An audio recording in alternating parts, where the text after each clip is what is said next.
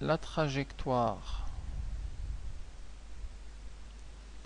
donc des planètes ou de la planète considérée.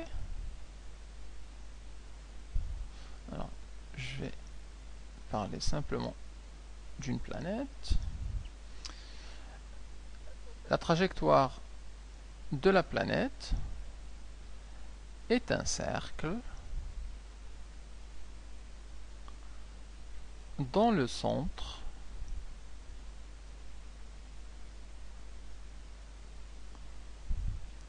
est le Soleil. Donc on a ici le Soleil au centre et la planète en mouvement effectue un mouvement circulaire autour du Soleil. Donc par exemple la Terre. La seconde loi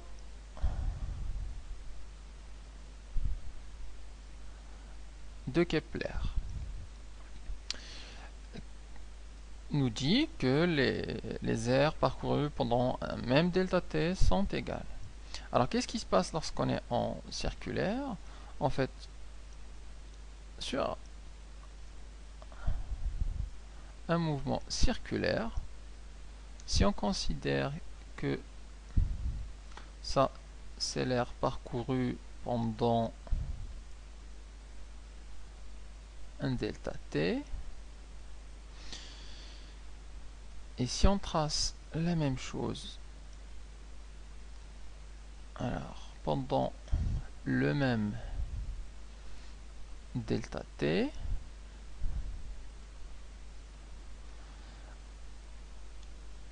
puisque c'est circulaire, donc on aura le même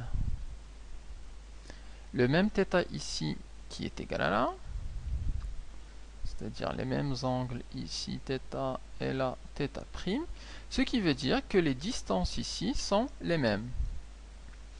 Ça veut dire quoi? Ça veut dire en fait qu'on parcourt pendant un même delta t la même distance.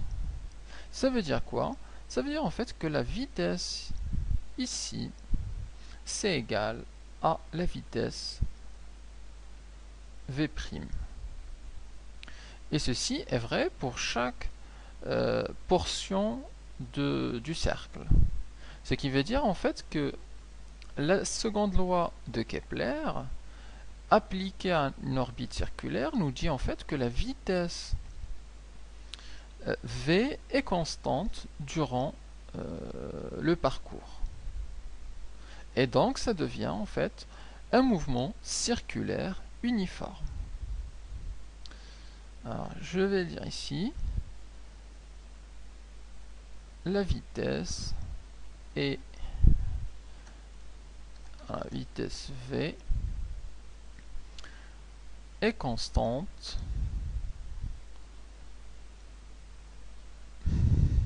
durant le parcours de l'orbite.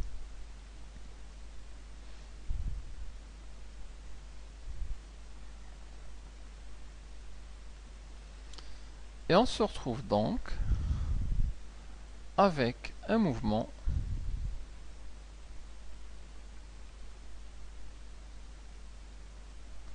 circulaire uniforme.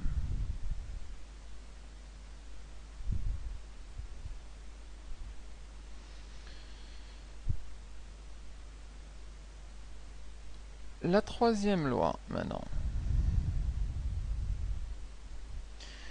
La troisième loi qui nous disait que la période de révolution au carré est proportionnelle au demi-grand axe.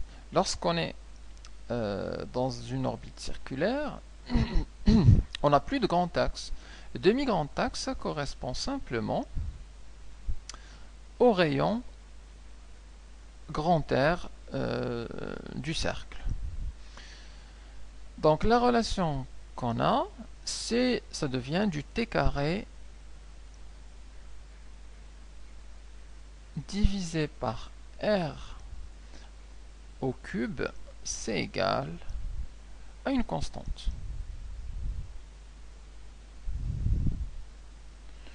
Autrement dit, la période de révolution ou le carré de la période de révolution est proportionnel au cube du rayon du cercle.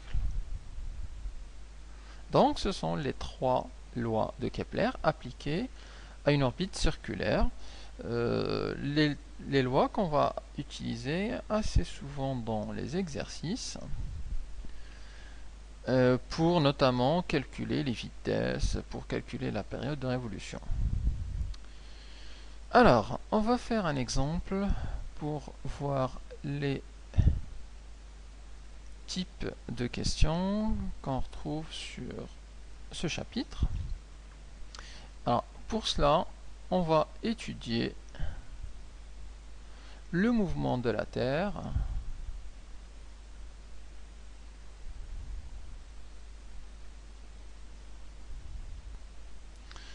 autour du Soleil.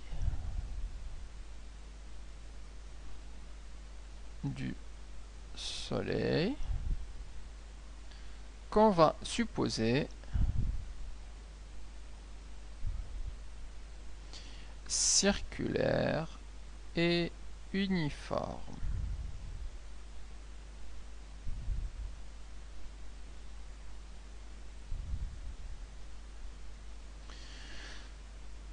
Alors, si je trace ici le Soleil,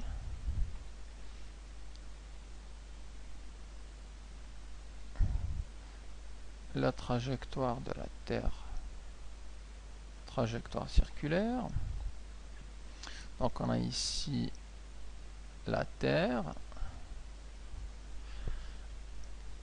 et on a la force exercée par le Soleil sur la Terre. Donc la force attractive, c'est la force vue tout à l'heure,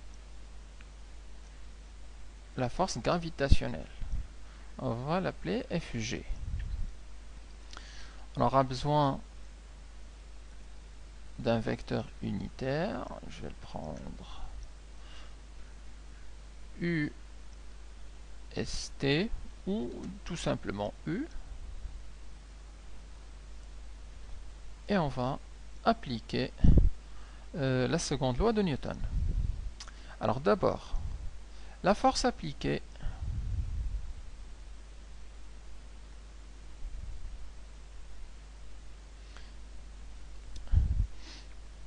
Fg sur la Terre, on peut l'écrire sous la forme vectorielle, c'est G fois ms fois mt divisé par la distance entre le Soleil et la Terre. Donc pour simplifier, on va c'est le rayon en fait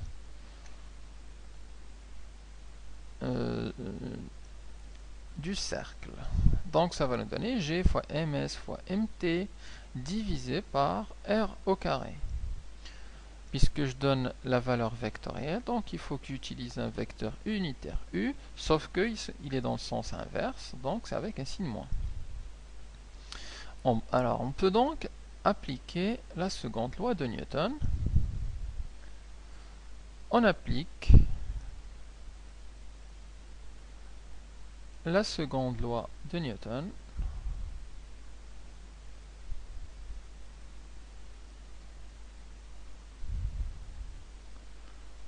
dans le référentiel. Alors il nous faut un référentiel galiléen pour l'appliquer. On va prendre le référentiel héliocentrique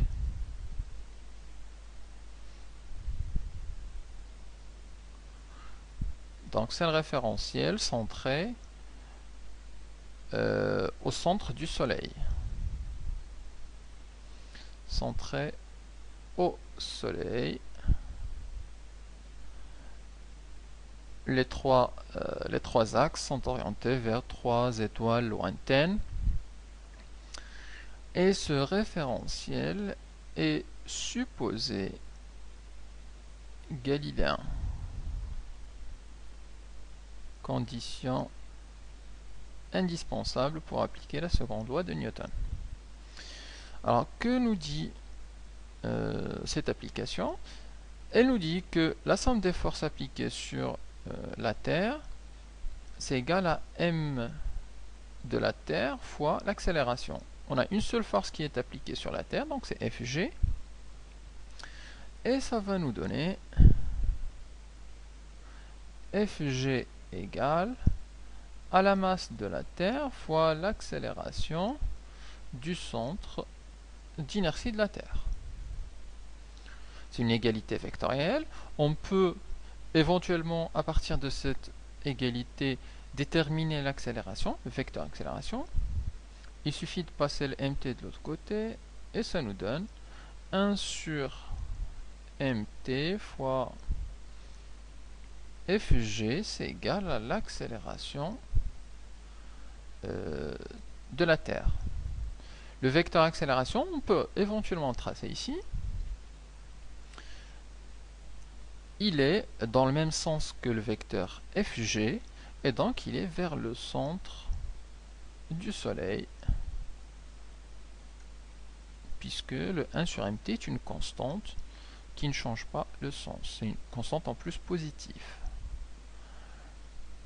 Et donc l'accélération c'est ag, et c'est de là où on dit que le vecteur ag, ou l'accélération, est centripète, donc orienté vers le centre du Soleil. Alors à partir de cette équation vectorielle, on peut projeter sur un axe, et l'axe qu'on va choisir, c'est un axe qui est centré en S et qui est dans le même sens que U. C'est-à-dire, je vais le tracer ici, comme ça. Et son orientation, c'est dans ce sens-là. Il est dans le même sens que U, et le centre, c'est S.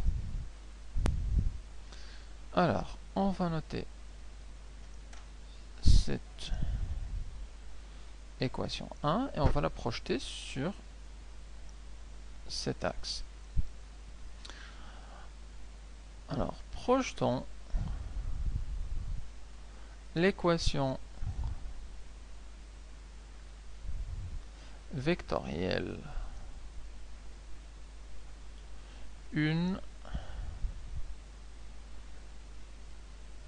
sur l'axe qui a pour centre S et qui a pour vecteur unitaire U. Alors, la projection de la force Fg. Fg est parallèle à l'axe de projection et elle est dans le sens inverse de cet axe.